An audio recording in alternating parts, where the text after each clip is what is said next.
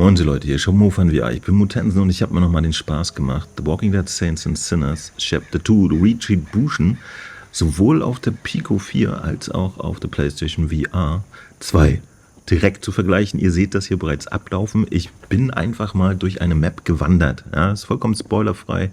Könnt ihr euch in Ruhe angucken und ein bisschen vergleichen.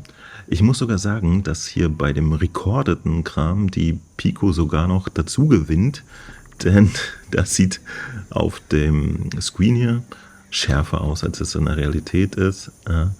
Aber die Details sieht man natürlich hier ganz klar. Die sind auf der PlayStation VR 2 und übrigens auch auf der PC-Version, ja, die ist identisch mit der PSVR 2-Version, massiv höher. Und das macht doch ganz schön was von der Stimmung aus. Ne?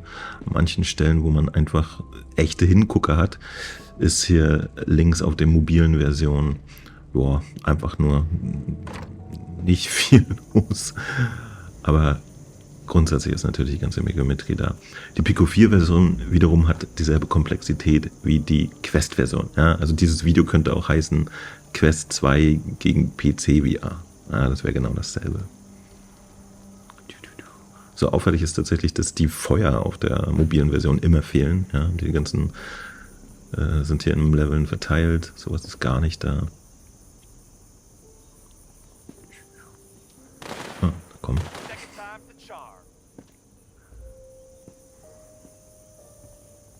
das ist ganz nett, wenn man so einen Rundgang direkt nacheinander macht.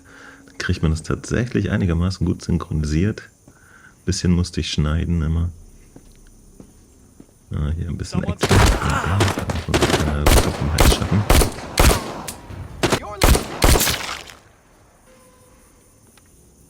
Es gibt auch gar nicht so viel dazu zu sagen. Ich finde, die Bilder sprechen hier mehr als die Worte.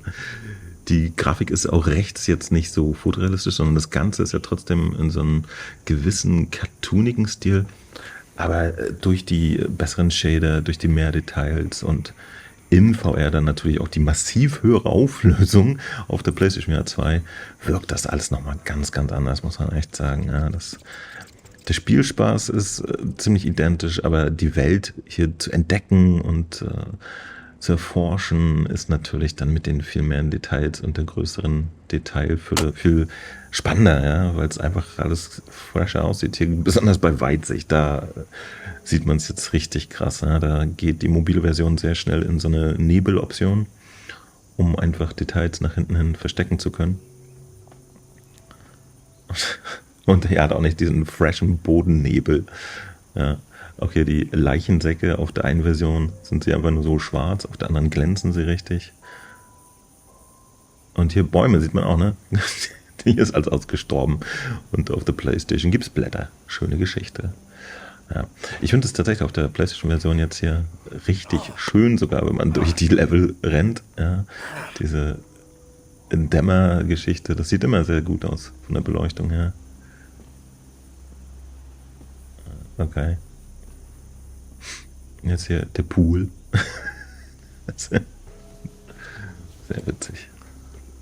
Ja, auf jeden Fall auch alleine schon durch so ein Level zu rennen, war schon wieder so spannend. Ich habe natürlich, ich bin jetzt einfach nur durchgegangen, habe nichts wirklich gespielt, aber ich habe so wieder so viele Orte gesehen, die so witzig aussahen. Ja, da hat man schon voll Bock wieder drauf. So, hier auch der dürre Baum und auf der PlayStation-Seite üppige Blätter. So, Vegetation ist aber tatsächlich nicht die Stärke der Spiele hier, das muss man auch mal ganz klar sagen. Ne?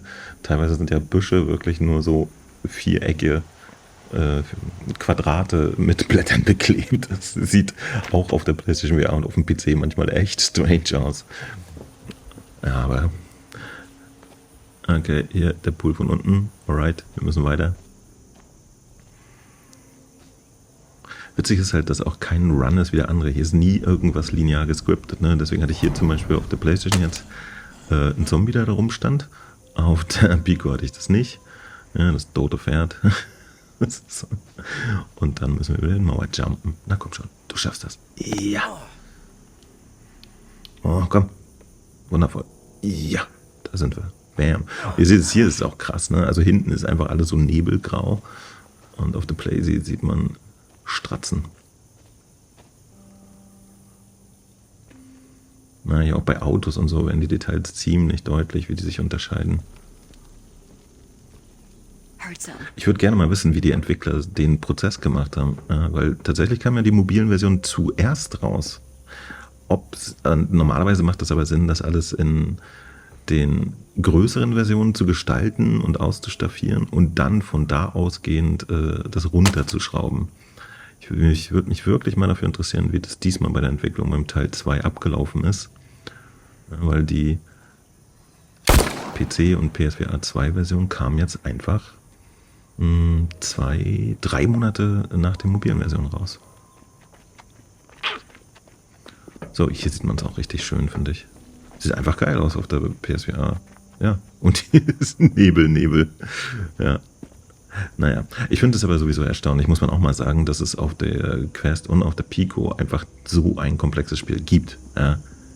Mit den ganzen Mechaniken und 20 Stunden Spielzeit etc. Das ist bemerkenswert. Auf jeden Fall ist es hinnehmbar, dass man da ein bisschen reduzierte Grafik hat. Hier wieder kein Feuer, warum auch immer. So, und hier hatte ich dann auf der PlayStation VR ziemlich viel mit Zombies zu tun. Auf der Pico waren da erstmal gar keine.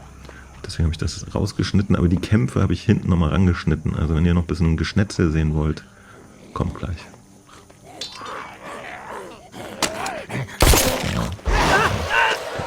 Ja, gab es einen Schrecker. Alright. Ja. So, viel mehr gibt es erstmal gar nicht zu gucken. Wir machen jetzt hier noch so einen kleinen Slide an den Wänden. Da kann man auch mal die Details sehen. Ich meine, das ist super beeindruckend hier mit den Graffitis. Ja, und auf der mobilen Version ist denn da gar nichts. Und auch die Innenräume, also wenn man von außen nach innen guckt, fand ich jetzt, sehen ziemlich cool aus. Die Straße. Ja, so schaut's aus, Leute. Das war's. Jetzt gibt es noch ein bisschen Geschlachte auf beiden Versionen. Aber random, das ist dann natürlich nicht mehr synchronisiert. Ich hoffe, ihr findet sowas interessant. Ich mag das dann ganz gerne. Und wünsche euch jetzt viel Spaß. Morgen kommt das Ding dann endlich raus. Ich werde natürlich auch versuchen, in die PSVR 2 Version des ersten Teils nochmal schnell reinzugucken. Der sah aber auch auf der PSVR 1 schon richtig gut aus. Ja, der entsprach der PC-Version. Und deswegen mache ich mir da überhaupt gar keine Sorgen. Das ist ja sogar nochmal remastered für die PlayStation VR 2. Der wird auch fett aussehen. Dass das Spiel hier auf der PSVR 2 mit 90 Hertz läuft, also FPS, stabil, rüttelfrei, absolut flüssig und die mit höchste PlayStation VR Auflösung hat, habe ich schon in meinem Review-Video gesagt oder in meinem First Impression Video. Also technisch ist da alles bombastisch. Spielen kann man es aber wirklich auf allen Plattformen. Es macht immer einen Heidenspaß, Leute. Ich bin erstmal raus. Bis Densen, Mo van VR. Ich freue mich über ein Däumchen. Bin immer für euch da. Bye bye.